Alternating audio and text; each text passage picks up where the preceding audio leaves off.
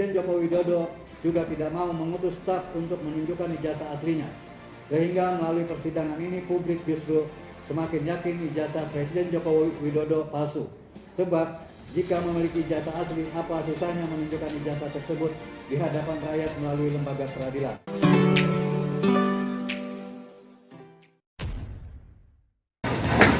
Assalamualaikum warahmatullahi wabarakatuh. Jumpa lagi dengan saya di channel Gagasan Progresif 79. Sahabat sebangsa dan setanah di mana saja Anda berada. Kembali kita akan menginformasikan bagaimana situasi di persidangan Suginur kemarin pada saat para kuasa hukum ini membacakan jawaban dari replik daripada jaksa ini. Dan ada hal yang kemudian cukup menarik karena dalam pembacaannya kuasa hukum ini itu dengan tegas mengulang kembali bahwa Pak Jokowi tidak pernah hadir dalam persidangan, padahal namanya ini disebut-sebut beberapa kali dia disebut dalam persidangan, tetapi tidak pernah hadir. Jangankan hadir, mengutus saja orang untuk kemudian membawa ijazah itu tidak pernah. Sehingga menurutnya bahwa ini membuat tanggapan publik berasumsi bahwa Pak Jokowi ini jangan-jangan punya ijazah palsu, karena jika ada menurutnya, jika ada dia punya ijazah asli, kenapa dia tidak datang untuk kemudian memperlihatkan? Logika inilah yang dibangun oleh kuasa hukum. Kalau ada, kenapa tidak hadir atau kenapa tidak diperlihatkan?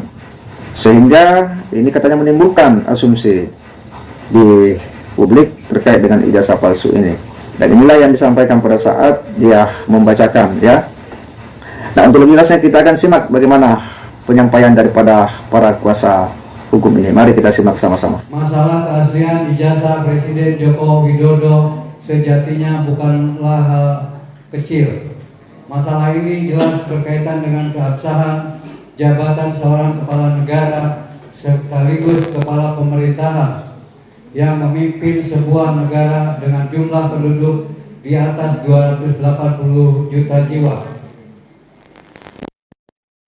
Tidak benar dan atau garing atau memberikan dokumen palsu berupa ijazah dalam kurun bukti kelulusan sekolah dasar SD, sekolah dasar menengah pertama, sekolah menengah atas nama saudara Joko Widodo dalam proses pemilihan presiden dan wakil presiden periode 2019-2024 jelas merupakan perbuatan tercela dan telah membatalkan pemegang jabatan presiden karena tidak memenuhi syarat.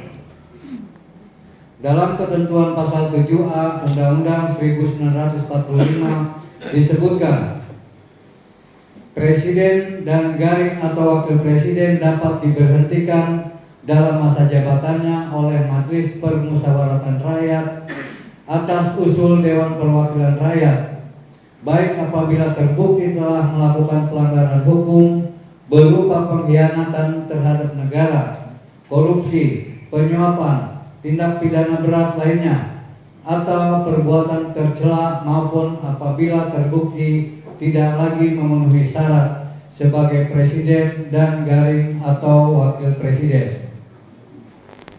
Perbuatan memalsukan ijazah baik ijazah SD, SMP, SMA maupun S1 terkategori perbuatan tercela yang menjadi dasar pemalsuan Presiden Joko Widodo. Perbuatan memalsukan ijazah baik ijazah SD, SMP, SMA maupun S1 menjadikan Presiden Joko Widodo tidak lagi memenuhi syarat memegang jabatannya, sehingga konsekuensinya juga harus dimakjulkan. Proses pemakjulan ini bukanlah kewenangan, tugas dan tanggung jawab terdakwa Gus Nur. Konstitusi telah mengatur mekanisme dan tata cara sesuai dengan kewenangan lembaga terkait. Semestinya kasus ijazah palsu Jokowi ini segera ditindaklanjuti oleh melalui tahapan sebagai berikut.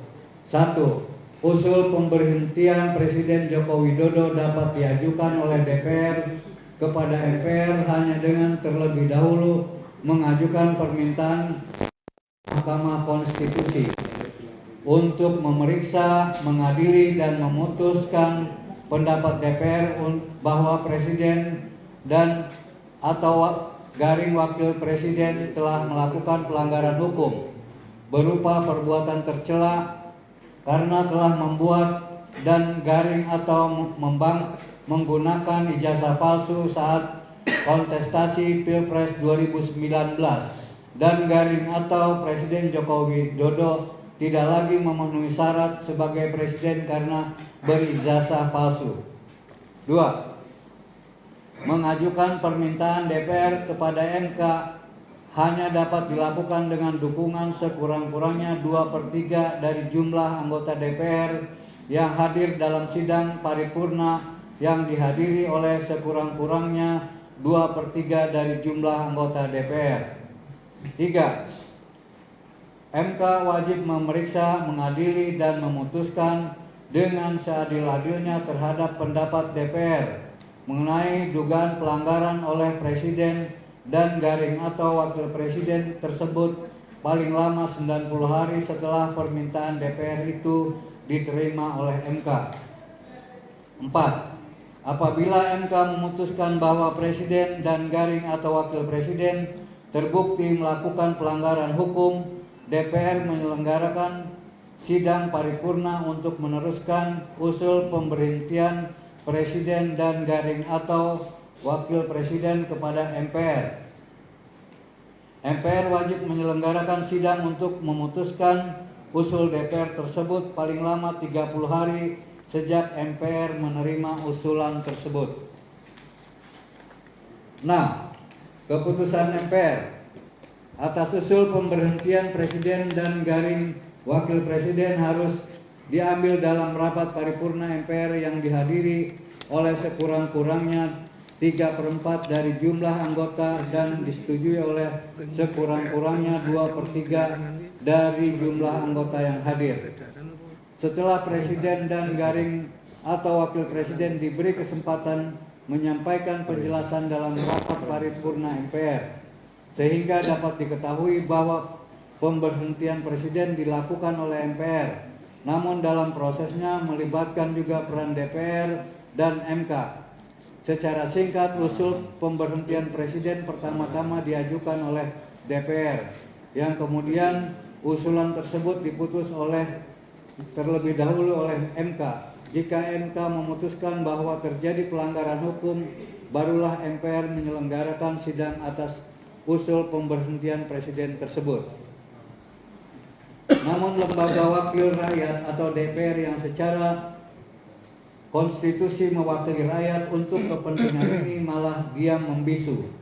Masalah ijazah palsu ini dibiarkan beredar ke seantero negeri. DPR tidak menjalankan tugas kontrol eksekutif untuk memastikan kasus ini berhenti secara konstitusi. Andaikan DPR telah melakukan proses pemakzulan di mana DPR telah bersidang untuk itu dan tidak memenuhi syarat untuk dilanjutkan karena tidak disetujui oleh minimal 2/3 dari jumlah anggota yang hadir, maka DPR bertanggung jawab kepada rakyat dengan telah melaksanakan mekanismenya. Masalah ijazah palsu ini otomatis dapat dihentikan dengan alasan proses pemakzulan telah dilakukan namun terhenti karena dalam mekanisme sidang di DPR tidak mendapat persetujuan oleh minimal 2/3 dari jumlah anggota yang hadir. Diamnya wakil rakyat dan politisi di negeri ini soal ijazah palsu Jokowi bukan mengkonfirmasi ijazah Jokowi asli, melainkan mengkonfirmasi lembaga DPR telah mandul dalam menjalankan fungsinya. DPR tidak lebih dari lembaga stempel politik. DPR tidak ada yang berani menyuarakan kebenaran. Dia membisu, menyaksikan kemungkaran dan kekisruhan akibat isu ijazah palsu Jokowi.